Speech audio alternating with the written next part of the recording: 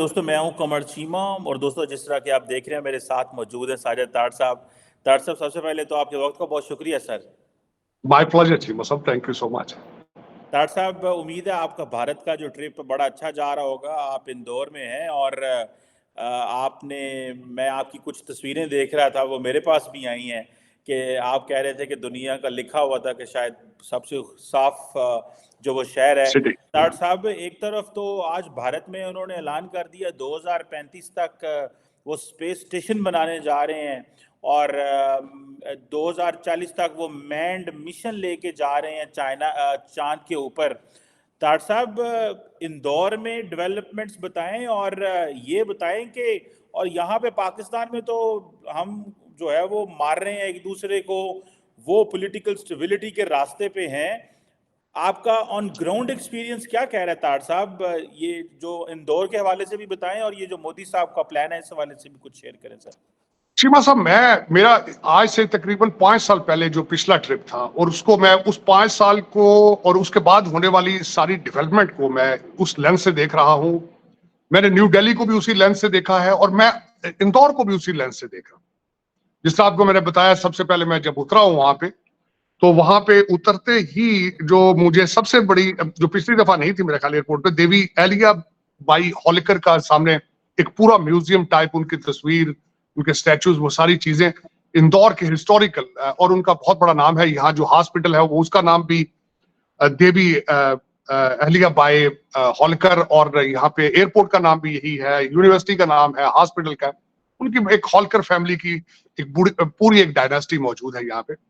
लेकिन सबसे पहले जो आपने बात की कि निकलते ही पहला जो साइन वेलकम करता है एयरपोर्ट से बाहर कि द इंडियाज क्लीनेस्ट सिटी, छठी दफा इंदौर ने ये टाइटल लिया है कि क्लीनेस्ट सिटी। बल्कि कल मैंने फर्स्ट हैंड जो एक्सपीरियंस किया है कि जब मैं डाउनटाउन घूम रहा था तो वहां पे ट्रैश रिमूवल की एक गाड़ी फिर रही थी, जिससे लाइव लोगों को रिक्वेस्ट और जुर्माने की धमकी दी जा रही थी कि आप अगर ट्रैश फेंकेंगे तो जुर्माना किया जाए। 2015 में मूवमेंट शुरू की गई, 3000 से ज्यादा डस्टबिन लगाए गए और वो तकरीबन 5000 मीटर की दूरी पर उन्होंने उसको रखा ना, 500 मीटर के, हर 500 मीटर के ऊपर एक डस्टबिन लगाया। Home to home trash pickup किया गया। जो अचीवमेंट उन्होंने की है कि उन्होंने वेट और ड्राई ट्रैश को अलग अलग किया उसको, और उसके बाद तो सबसे ज्यादा वेस्ट, उन्होंने एक वेस्ट डिस्पोजेबल अपनी उसकी वेस्ट मैनेजमेंट को उन्होंने इनकम के तौर पे इस्तेमाल किया। और मैं आई वाज शॉक्ड, जो मैंने दोस्तों से पूछा, 2020 के अंदर उन्होंने तकरीबन 14 करोड़ 15 करोड़ के करीब IMS जो इनकी यहाँ पे मैनेजमेंट है, उन्होंने उसको उससे वेस्ट मैनेजमेंट से पैसे बनाए, वेस्ट, और उसका 8.5 करोड़ कार्बन क्रेडिट से पैसे बनाए। तो नॉट ओनली ये दुनिया के लिए एक मॉडल है कि आप किस, यहाँ पे मैं एक और यहाँ पे ऐड करना चाहूंगा, साउथ कोरिया इस वक्त पहला कंट्री है जो फूड मैनेजमेंट को कंट्रोल कर रहा है। घरों से जो आप फूड प्रेप करते हैं, फ्रूट काटते हैं, उनके छिलके, खाने के छिलके, सब्जियों के छिलके, उनको जब आप डिस्पोज करते हैं तो गवर्नमेंट उसको कलेक्ट करके उसको उसकी प्रोडक्ट्स बना रही है आगे, और इससे वेस्ट, जो फूड वेस्टेज है वो कंट्रोल हो रही है। तो मैं एक तो ये देखा मैंने कि यहाँ पे ट्रैश को किस तरीके से उन्होंने एक इनकम का सिलसिला बना के एक क्लीनेस्ट सिटी। लेकिन यहाँ पे ये जरूर मैं बताना चाहूंगा, गवर्नमेंट तो एक पॉलिसी बनाती है, गवर्नमेंट ने सिर्फ 3000 डस्टबिन बनाए हैं, उसको इस्तेमाल तो लोगों ने करना है। आपने पूरी कौम को ट्रेन करना होता है। कौम जब तक आपके साथ मिलके इस मूवमेंट में शरीक नहीं होती तो वो मूवमेंट कामयाब नहीं होती। एक तो ये मैं एक सबसे, फिर उसके बाद जब मैं एयरपोर्ट से बाहर निकला हूं चीमा साहब, तो मैंने एक देखा है कि एयरपोर्ट से लेकर इसके अंदरून शहर तक एक मेट्रो का बहुत बड़ा हमंकस मीलों पे फैला प्रोजेक्ट चल रहा है। मेरे जो होस्ट हैं भाटिया फैमिली है यहाँ पे, डिस्ताई फैमिली है यहाँ पे, और यहाँ पे मेरे जो दोस्त हैं सारे, और सलूजा फैमिलीज हैं। मैं उनके बैकग्राउंड भी बताता हूँ आपको। जब मैंने अपने होस्ट उनसे मैं खासकर डेवलपमेंट के हवाले से बातें की तो उन्होंने कहा ये प्रोजेक्ट सिर्फ इंदौर के अंदर नहीं चल रहा, यूपी के अंदर तकरीबन 4 से 6 नए एयरपोर्ट बन रहे हैं और ये हर स्टेट के अंदर ऐसा हो रहा है। अमृतसर के एयरपोर्ट में हैरान हूं, मैं जयपुर के एयरपोर्ट देख चुका हूं। इंडिगो इस वक्त दुनिया की पहली एयरलाइन है जो सबसे ज्यादा तैयारे इस साल खरीद रही, दूसरा, मैंने जब इस पे मजीद देख रहा था, मेरे लिए शॉकिंग चीजें, मैं यहाँ पे नंबर सामने आ रहे हैं मेरे, कि टाटा कंपनी 365 बिलियन डॉलर की कंपनी है, जबकि मेरे वतन अजीज का टोटल साल का बजट ही 341 बिलियन है। तो एक कंपनी का बजट जो है वो मेरे वतन अजीज से ज्यादा है, लेकिन हम नफरतों में फिर भी अभी वहीं के वहीं हैं। हम लर्न नहीं करना चाहते, हम जंग करना चाहते हैं। ये फिलॉसफी चेंज करनी होगी, सोच बदलने की, सोच बदलो, पाकिस्तान बदलो। जिस तरह मैंने उसके साथ अगले दिन भी बात की है कि 1990s में भारत के पास सिर्फ 2 हफ्ते का के प्रोजेक्ट चीजें परचेज करने की रकम मौजूद थी। ये कल की बात नहीं है, नरसिम्हा राव और उसके बाद हमारे मनमोहन सिंह साहब के दौर की बात है। लेकिन आज देखें, आज के इतने 1990 से और आज के इंडिया, आज के भारत में क्या फर्क नजर आ रहा है।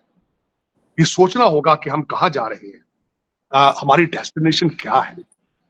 हमें जंगों से निकल के आईटी, इंफॉर्मेशन टेक्नोलॉजी पे जाना होगा। हमें सीखना होगा कि दुनिया तरक्की किस तरह कर रही है। हमें गैरिजन स्टेट से निकलकर एक्सपोर्ट स्टेट बनना होगा। हमें गैरिजन स्टेट से निकल के बच्चों को मैथ और इंग्लिश पढ़ाना होगा, वरना गुजारा नहीं है। आपने आज की जिस तरह एक मिसाल आप दे रहे थे भी, कि किसी खातून के लिबास के ऊपर सिर्फ हलवा लिखा हुआ था, जिसका मतलब है खूबसूरत या मीठा होना, खूबसूरत। तो आपने एक मेरा पाकिस्तानी वतन अजीज का भाई पिस्टल लेके वहां पहुंच गया, कहता मैंने अभी इसको गोली मारनी। ये किस मजहब में आपको इसकी चीज की इजाजत है कि किसी को मार के, किसी जानवर को भी मार के आप खुदा को खुश करने का आपका प्लान है? ये किस तरह पॉसिबल है? मैं ये समझता हूं कि अगर दुनिया के किसी मजहब में भी अगर ये चीजें चल रही हैं, you need to understand that religion. आप उसकी फिलॉसफी को समझ नहीं पा रहे हैं। और ये जो जिस तरीके से हो रहा है, और जो खास कर ये रेडिकलाइजेशन का जो आइडिया इटसेल्फ है, इट इज हर्टिंग 1.9 बिलियन मुसलमान, आप ना सिर्फ पाकिस्तान में 1.9 बिलियन मुसलमान हैं। उनकी स्टोरियां इस वक्त मशहूर हैं। मैं एक आज सुबह मुझे पता चला है अलजज़ायर के अंदर जो एक नई दुनिया की सबसे बड़ी मस्जिद बनाने की कोशिश की जा रही है, जिसका ठेका चाइना के पास है, और उसके बनाने के अंदर करप्शन है कि उसके नजर आ रहे हैं। कहते हैं अफ्रीका के सबसे बड़े मीनार होंगे, अफ्रीका की सबसे बड़ी मस्जिद होगी। जब वो मस्जिद को मैंने उसकी देखा, साथ ही मुझे इलामा इकबाल का शेर नजर आ गया कि मस्जिद तो बना दी पल भर में ईमान की हरारत वालों ने, मन अपना पुराना पापी है, बरसों में नमाजी बन न सका। मनों के अंदर चोर है, मन हमारे काले हैं। मस्जिदें बना के हम समझते हैं कि शायद हम खुदा की खुशनुदी ले लेंगे। तुम किस तरीके से खातून को कहते हो कि हलवा उसके लिखा था लिबास पे, उसको मार के जन्नत के टिकट लेने की कोशिश कर रहे हो? ये किस तरह की फिलॉसफी है चीमा साहब? ये हमें कहां लेके जाएगी? हाँ, ये जरूर मुझे याद आया है कि ये बाग किसने लगाया था। एक जनरल ज़ियाउल हक है, मैं उनके बारे में, उन्होंने डॉलर लेने के लिए उन्होंने ये इसकी पनीरी लगाई थी जिहाद की।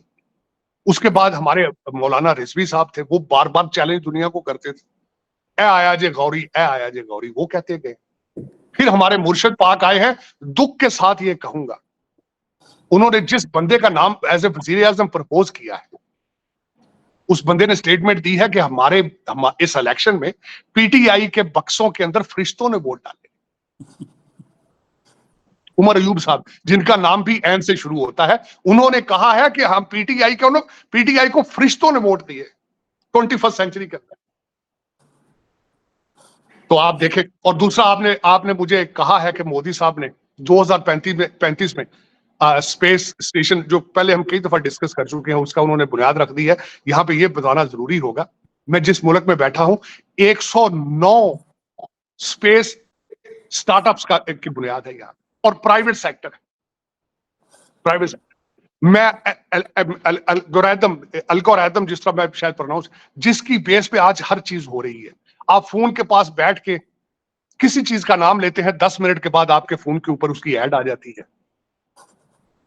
आप उन सारी चीजों को छोड़ के उस तरफ मूव होने से आज आप ये बिलीव करते हैं कि पीटीआई के बक्सों में फरिश्तों ने वोट डाल दिए, और वो फॉरेन ग्रेजुएट है। उमर अयूब साहब जॉर्ज वाशिंगटन यूनिवर्सिटी से 2 डिग्रियां लेकर आए हैं बिजनेस एडमिनिस्ट्रेशन, लेकिन मुर्शिद पाक को पसंद नहीं है। वो कहते हैं नहीं, आपको मुल्क चलाएगी पिंकी पीरनी और जिन जात, यहाँ जिनों से आप एटॉमिक पावर को चलाएंगे। और खुदा दा नाजिस मुल्क ते तरस करो यार, तरस करो। 250 मिलियन लोगों पे तरस करो यार। दुनिया जिस डायरेक्शन पे जा रही है, आप जा रहे हो उनको लेके गजा की जंग की तरफ लेके जा रहे हो। अब ये दौर नहीं है। आज लोग जंगें नहीं करते, जंगें भी अब ड्रोन से हो रही हैं। अनमैन्ड ड्रोन चला रहे हैं जंगें। खुदा के लिए लोगों को मैथ और इंग्लिश पढ़ने दो। खुद तो जॉर्ज वॉशिंगटन से पढ़ के आते हो और अब भी तुम्हारे बच्चे बाहर पढ़ रहे हैं। ये जिस कौम को तबाही की तरफ ले जाना चाहते हो, इसको भी सुख का सांस लेने दो। 2 नेशन थ्योरी थी। मैं आज जिस मुल्क में बैठा हूं मानता हूं 2 नेशन थ्योरी थी। आपने कहा था भी इस मुल्क के साथ हमारा गुजारा नहीं है, लेकिन अब उसी पे चलते रहना है। आपने बुनियाद रखी थी कि एक मुल्क के साथ हमारे इन लोगों के साथ नहीं गुजारा हो रहा। 76 साल के बाद सर्कमस्टेंसेस चेंज नहीं हुए आपके। आप मुझे ये बताएं, ठीक है छोड़ दे भारत की, मुझे तो आप किसी ने अभी डिस्क्रेडिट कर देना कि शायद ये रा का एजेंट है, ये आईएसआई का एजेंट है। कई मेरे हिंदुस्तानी भाई यहां भी ये कह रहे हैं कि ये डीप स्टेट आईएसआई का एजेंट है। क्या फर्क पड़ता है? कुछ दुनिया में मैंने देखा है चीमा साहब, 5% लोग होते हैं, उनसे आप you can not deal with them. Her community के अंदर 5%, कुछ परसेंटेज ऐसे लोग होते हैं जो they are born negative, they are not worth paying any attention. मैं उन पे अटेंशन नहीं पे करता। मुझे ये बताएं, ठीक है एक साइड आप कहते हैं इनसे नहीं चलना, आप अपने जिस मुल्क के लिए आपने सारा कंट्री जला दिया, वो आपसे खुश है? अफगानी भाई आपसे खुश है? नहीं खुश है।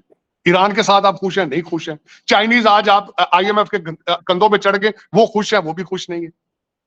लेकिन आप जाना कहां चाहते हैं? डायरेक्शन क्या है? चले उस पर तो मजीद बात करते हैं। लेकिन जिस शहर में बैठा हूं खासकर उसके बारे में मैं समझूंगा कि बताना जरूरी है अपने देखने वालों को। इस शहर जिसमें बैठा हूं, जो जहां बड़ी बड़ी पर्सनैलिटियां यहाँ पे जो पैदा हुई हैं, मैं समझता हूं उनका नाम लेना बहुत जरूरी है। एक तो यहाँ पे डॉक्टर भीमराव अम्बेडकर, जो कि जिन्होंने कॉन्स्टिट्यूशन लिखा। माओ के करीब यहाँ पे एक बहुत बड़ी छावनी है, वहां अब तो उसका शायद नाम भी चेंज कर दिया इन्हीं पे, भीमराव पे। लेकिन वो यहाँ पैदा हुए। मैंने देखा हर दूसरी जगह के ऊपर, बल्कि हर दूसरे शहर के अंदर उनके स्टैचूज लगे हैं। मैंने कई स्टैचूज कल मैं रात को यहाँ पे फूड स्ट्रीट पे भी गया, जिसको सराफा बाजार कहते हैं। वहां गया। दिन में वहां पे ज्वेलरी की दुकानें होती हैं, लेकिन शाम को वहां पे फूड शॉप थी। तो मैं वहां जब गया तो एक्सपीरियंस की फूड, वहां पे मैंने चाय पी, वो जिस तरह पाकिस्तान में वो तंदूर के अंदर वो चाय बना के देते हैं। Was very nice experience. मटका चाय कहते हैं। मटका चाय, वो उसको मैंने कल ट्राई किया वहां पे। और कई यहाँ पे मैंने पान देखे, कई मुख्तलिफ रंगों के, मुख्तलिफ दुकानें देखी वहां पे। और उसके बाद यहाँ पे एक पैलेस बड़ा मशहूर है, जो कि जिसको आग लग गई थी, लेकिन अभी उन्होंने मेंटेन किया काफी उसको। और दूसरा इस जिस शहर में बैठा इसका नाम इंदर, राजा इंदर थे, उनके नाम पे बना था। इसका नाम पहले इंदरपुर भी रहा है और अंदूर भी था इसका नाम, लेकिन अब इसका नाम 1715 में ये शहर बना था। लेकिन दूसरा मैं जो बताना चाहूंगा, सलमान खान साहब यहाँ पैदा हुए, जो बॉलीवुड के बहुत बड़े एक्टर हैं। सलीम खान यहाँ पे पैदा हुए। जानी वाकर एक 19वीं सेंचुरी में बहुत बड़े एक्टर रहे हैं, वो यहाँ पे पैदा हुए। जो मेरे सबसे फेवरेट चीज है वो राहत अंदौरी, जो कि वफात पा चुके हैं, एक लेजेंड। मैं आज भी यूट्यूब पे राहत अंदौरी, उनकी चीजें सुनता हूँ, उनके शेर सुनता हूँ। सच अ ब्यूटीफुल पर्सनैलिटी थी वो। और खासकर यहाँ पे 2 नदियां हैं, सरस्वती और कान्हा नदी, उसके किनारे ये शहर आबाद है। बहुत खूबसूरत है। इसके वेदर, शाम बहुत ठंडी होती है और वेदर को कहा जाता है मालवा वेदर। और लोग इतनी मोहब्बत है और डाइवर्स है यहाँ पे। हमारे मुसलमान कम्युनिटी है कल, बल्कि मैं उसका वहां भी गया हूँ। बल्कि कल मैं एक जगह पे मैंने रुक के छोटे से फोटो शॉट्स भी बनाए, एक ही जगह के ऊपर। बल्कि मैं चीमा साहब आपको भेजूंगा कि अपने देखने वालों से शेयर करें। एक साइड पे मजार है, वहां पे लोग आके, और एक साइड पे मंदिर है। लोग मजार से निकलते हैं, मंदिर चले जाते हैं, मंदिर से निकलते हैं, मजार पे आ जाते हैं। मैं इससे पिछले हफ्ते जब मैं गया, पिछले हफ्ते नहीं बल्कि 3-4 दिन पहले जब मैं न्यू दिल्ली में था, तो मैं शीशगंज गुरुद्वारा साहब गया हूँ। एडजॉइनिंग मस्जिद साथ, एडजॉइनिंग मस्जिद में खड़े हो तो गुरुद्वारा साहब नजर आते हैं, गुरुद्वारा साहब में सामने खड़े हो तो सामने आपको कलमा और आपको गुंबद नजर आ रहे हैं। ये this is what my basic philosophy, religious tolerance. हमें बर्दाश्त का मादा होना चाहिए। एक दूसरे के मजाहिब की इज्जत करनी चाहिए, और उसके बाद एक दूसरे से, मैं समझता हूँ कि एज ए ह्यूमन जब आप पैदा होते हैं, मजहब और नाम आपको बाद में दिया जाता है, आप बहसीते इंसान पैदा हुए हैं, उस रिश्ते का, इंसानियत के रिश्ते का सबसे पहले आपको तकद्दुस होना चाहिए मेरे ख्याल में। This is what I always preach. जो प्यार करने की सलाहियत नहीं रखता वो मुकम्मल इंसान नहीं है, या उसको डॉक्टर की जरूरत है। उसको चाहिए कि डॉक्टर को मिले, या अपनी नींद पूरी करे, या एक्सरसाइज करे, या खाना अच्छा खाए, क्योंकि this is not a normal behaviour to hate each other, और हर वक्त ही ब्लड प्रेशर हाई होना, this is not a normal situation. लेकिन चीमा साहब, इंदौर ये था, मैं आज न्यू दिल्ली वापस जाऊंगा, और उसके बाद मेरा अमृतसर जलंधर जाने का प्रोग्राम है, फिर चंडीगढ़ है, और उसके बाद मेरा वापसी का प्रोग्राम है। लेकिन it was such a wonderful experience coming back. जहां मैंने बताया कि यहाँ पे मेरी 3 फैमिलियां हैं जो मैं जिनको अपनी फैमिली समझता हूँ। एक वो जैनी है, एक डिसाई है, गुजराती है, और एक है सरदार भाटिया साहब हैं, और एक आज अभी जब मैं स्कूट के आया हूँ, जो खूबसूरती उसमें बताना, जो सलूजा साहब थे, जिनके पास से वो आए, सलूजा साहब थे, लास्ट नेम उनका सरदार है, सिख है, वेरी अकॉम्प्लिश स्ट्रॉन्ग बिजनेसमैन, लेकिन एंसेस्ट्री फ्रॉम जेलम पाकिस्तान। भाटिया साहब जो मैं जिनको हमेशा कहता हूँ, I respect him like my father, उनका बैकग्राउंड बन्नू से है, पाकिस्तान से। और जब हम बैठते हैं सारे, वो दूसरे बल्कि डिसाई और जैन भी, वो सारे हम बैठते हैं, तो हम तस्वीरों में तस्वीरें खींचते हैं, हम एक दूसरे के रिश्तेदार लगते हैं, हमारा डीएनए सेम नजर आता है, हमारी आंखें, नाक, हमारी सोचें, हमारे खुराक, हमारी हर चीज मिलती है 100.10%। मैं उनको जब उठता हूँ, उनके बच्चों को कहता हूँ, तुम, ज्यादातर को मैं अक्सर कहता हूँ, तुम मेरे छोटे भाई भी हो, मेरे बच्चे भी हो, और मुझे बिल्कुल इस तरह ही प्यार करते हैं जिस तरह बच्चा अपने बाप से प्यार करे। और मैं जिस तरह पहले हमेशा कहता हूँ चीमा साहब कि I am going to my second, this is my second, बल्कि मेरा फर्स्ट होम तो अब अमेरिका है, Pakistan is a second home as well, लेकिन India is a second home. और कहते हैं होम, होम की डेफिनेशन क्या होती है? Where you feel comfortable, where you go there and you are received very well. And Bharat ने मुझे हमेशा ही ऑलवेज रिसीव्ड वेरी वेल। मैं भारत का शुक्रिया, पूरे कंट्री का शुक्रिया अदा करूंगा इतनी मोहब्बत और प्यार का। और वाकई ही जिस तरह मैं हमेशा ये कहता हूं कि पाकिस्तान जाकर देखें, पाकिस्तानी पीपल टू पीपल अपनी मोहब्बत जाके देखें, तो वहां भी उतनी ही है, इसमें कोई शक नहीं है, लेकिन उतनी ही है या उससे ज्यादा है जो मैं यहाँ फील कर रहा हूँ। इस अनदर रिमार्केबल एक्सपीरियंस। और दूसरा जो मैंने आपको बताया था कि मैं देख रहा हूँ, आई विटनेस कर रहा हूँ कि पिछले 5 साल 10 साल के अंदर भारत किस तरीके से स्पीड के साथ ग्रो कर रहा है। उसकी एक छोटी सी मिसाल ये देना चाहूंगा, क्योंकि मैं हिस्ट्री का स्टूडेंट हूँ, पॉलिटिकल साइंस का स्टूडेंट हूँ। 60s के अंदर जो अमेरिका में हो रहा था कि सड़कों के जाल बिछ रहे थे, एयरपोर्टों के जाल बिछ रहे थे, नई सी पोर्ट्स बनाई जा रही थी, और उसके साथ कॉमर्स होती है, ट्रेड होता है, बिल्कुल वही नक्शा मैं यहाँ देख रहा हूँ। मिडिल क्लास जो है उसकी ग्रोथ, उनकी इंग्लिश और मैथ पे ग्रिप, उनकी इंफॉर्मेशन टेक्नोलॉजी पे ग्रिप, और उसके बाद proper leadership, proper team work, और उसके साथ उनका जो ग्रिप इस वक्त आज भी, बल्कि मैं एक इंस्टीट्यूशन से उठ के आ रहा हूँ, बल्कि चीमा साहब मैं वापस आ रहा हूँ यहाँ पे इंडियन इंस्टीट्यूट ऑफ मैनेजमेंट में। आज मुझे कहा गया है to come back for the lecture, which I am planning to come back to Indore for 2 lectures from the US. लेकिन भारत की तरक्की का सबसे बड़ा सीक्रेट, भारत का सबसे बड़ा weapon, guaranteed Indian institute of technology और इंडियन इंस्टीट्यूट ऑफ मैनेजमेंट। ये सिर्फ और सिर्फ भारत की तरक्की का सीक्रेट ये 2 इंस्टीट्यूशन है जिन्होंने एक इंडस्ट्रियल फाइनेंशियल रेवोल्यूशन लेकर आ गया है, ना सिर्फ भारत के लिए बल्कि पूरी दुनिया के लिए। अब वो डायस्पोरा बन के नहीं जा रहे, टेक्नोक्रेट बन के जा रहे हैं।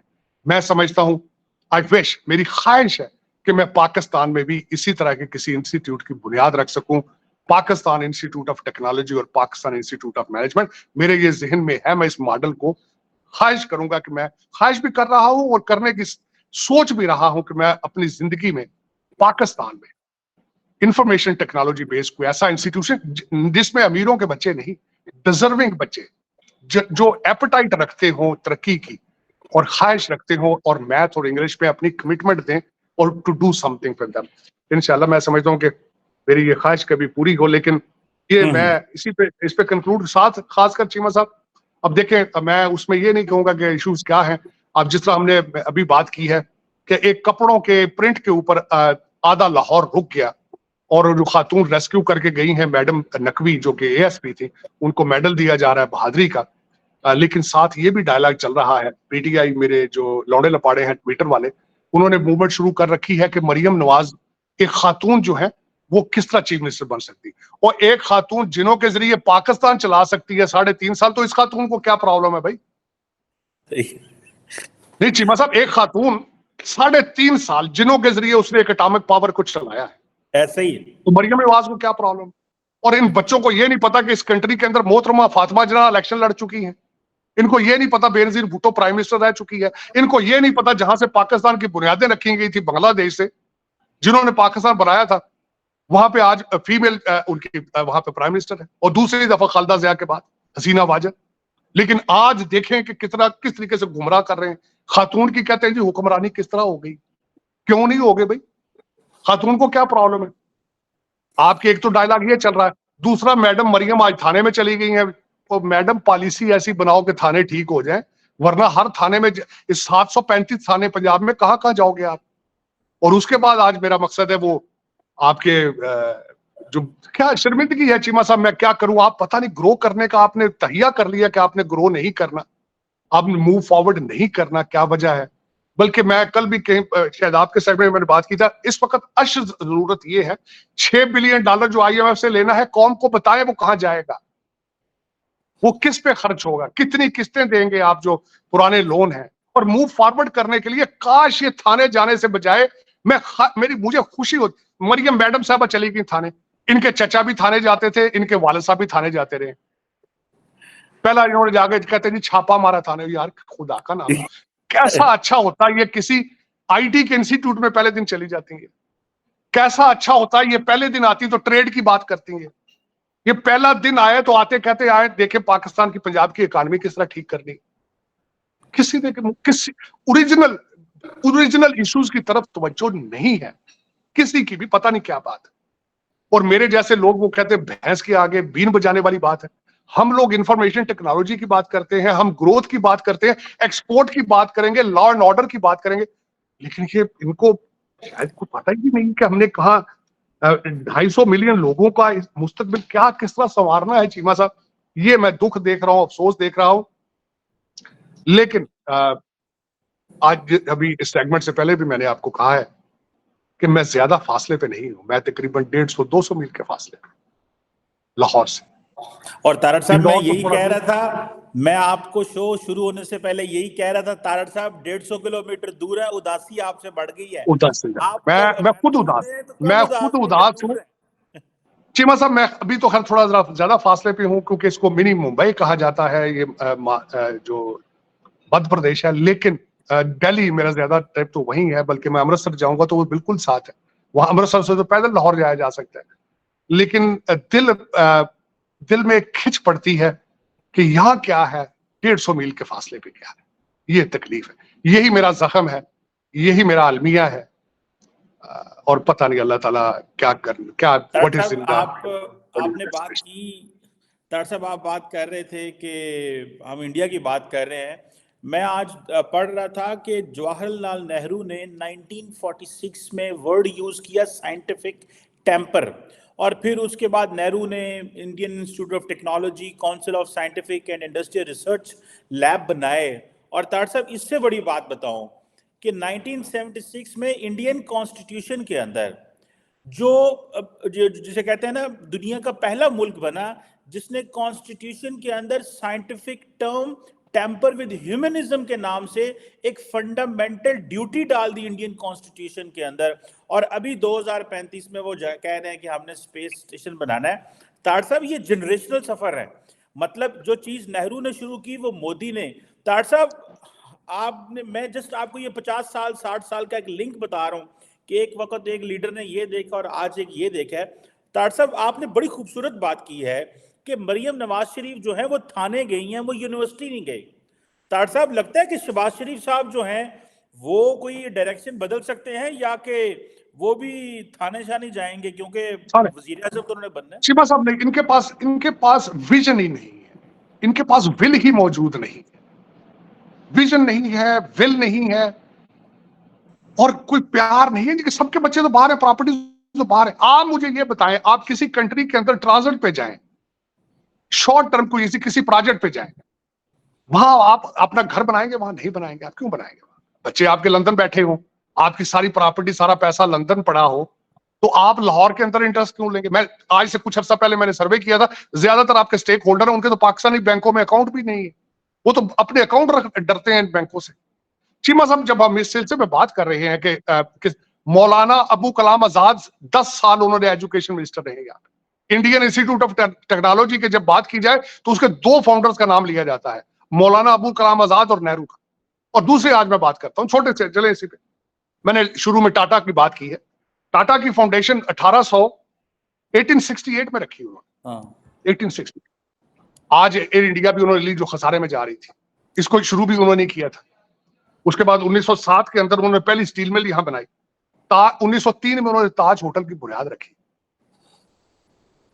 वो सारे के सारे यहां बैठे। किसी रजीम के अंदर उन्होंने भाग के दुबई में छुपे जाके। आपका आजकल आपका जो एक चले, जिस तरह का भी माफिया कह रहे हैं, जो मलक रियाज को दुबई जाना पड़ गया। आप इस वक्त आपके कुछ लोग रोजाना कहते हैं कि बाहर से आए, पाकिस्तान में पैसे लगाए, और जिनके पैसे हैं वो भाग रहे हैं, तो बाहर से किस तरह जाएंगे लोग वहां? आज तक टाटा वालों को जरूरत पड़ी है कि मुल्क छोड़ के भागें कहीं? देखे ना, 1868 के अंदर एक बुनियाद रखी है, वो छोड़ के भागे। हालात साजगार रहे ना उनके लिए, चाहे जो भी रजीम आई। और जिस तरह हम बात कर रहे हैं कि एक दिन में तो नहीं हुआ ना, इसमें तो कई लोगों की पार्टिसिपेशन है, कई प्राइम मिनिस्टर की पॉलिसीज है, ये कंटिन्यूअस। दूसरी एक बात, मैं आज भी किसी जगह उठ रहा था, बैठ रहा था, मैं मुसलसल ये कहता हूं, ठीक है आपकी नफरत है मोदी साहब के लिए, कोई ऐसी बात नहीं है, मैं उनको रिलीजन के लेंस से नहीं देखता, मैं उनको as a political worker, as a leader देखता हूं। अब मैं हमेशा ये कहता हूं कि कभी आज तक वो अपने पॉलिटिकल कैंपेन से बाहर नहीं निकले। छोटी सी मिसाल आपको देता हूं, छोटी सी मिसाल है, मैं ट्राई देख रहा हूं मुसलसल। मैंने अभी अबू धाबी रुपया कार्ड इस्तेमाल करने की कोशिश की, होता है वहां पे। वो फ्रांस गए हैं, अपने उन्होंने करेंसी प्रमोट की है, यहाँ पे उनका फ्रांस का सदर आया, उन्होंने यूपीआई अटैचमेंट की बात की है। जब अमेरिका जाते हैं डायस्पोरा की बात करते हैं, उनके वीजों की बात करते हैं। जब जाते हैं किसी जगह किस चीज को प्रमोट करते हैं? कभी देखा है हमारे लीडर पाकिस्तानी रुपए को प्रमोट कर रहे हो? कभी आपने देखा है कि वहां पे स्टूडेंटों के बारे में, उनके मसाइल के बारे में बात करें? कभी देखा है उन्होंने पाकिस्तानी डायस्पोरा को प्रमोट कर रहे हो उनके लिए? हम यहाँ पे एयरपोर्ट पे उतरते हैं, जिस तरह हमारे कपड़े फाड़े जाते हैं, हमारी प्रॉपर्टियों पे जिस तरह ये कब्जे करते हैं, कभी किसी ने सोचा है कि ये ओवरसीज पाकिस्तानी के साथ क्या हो रहा है और हमारी क्वालिटी क्या है, हमें क्या दे के भेजा जा रहा है वहां पे? हम डंकियों पे जाते हैं, पैदल चल के जाते हैं, जलील ख्वार होके जाते हैं, फिर कहते हैं जी आप हमारे एम्बेसडर बन जाए। चीमा साहब नहीं, ये आप मरियम नवाज की बात नहीं है, सोच की बात है। ये सोच है मरियम नवाज का, कोई किसी स्पीच में उसने कहा हो कि मैं ये करूंगी, मेरी ये पॉलिसी है?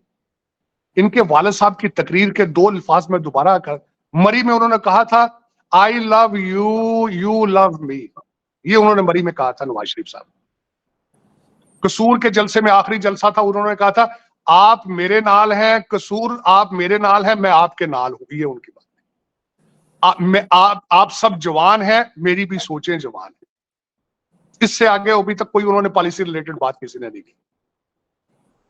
चीमा साहब, ये थोक ना पकौड़े ज्यादा देर नहीं तल सकोगे तुसी, साडे पंजाबी च कहंदे थोक च पकौड़े तलना। 76 साल हो गए ना आईएमएफ के सिर पे, 24 प्रोग्राम है, 24th प्रोग्राम है आपका आईएमएफ का। 8 अरब डॉलर मांग रहे हैं इस दफा, 8 अरब डॉलर। मैंने 6 अरब, चलो 12 अरब रुपया ले ले, क्या फर्क पड़ता है? पहले डॉलर कम आए हैं या कंटेनरों में आते रहे?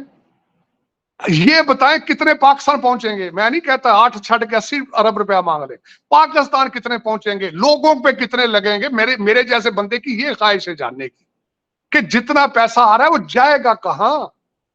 वो लंदन आना है, टोरंटो जाना है, दुबई जाना है, हमारी बला से जितने मर्जी ले लें आप, गुर्दे दे लें, लिखें इनके गुर्दे, वो आईएमएफ को लिख के दे देंगे।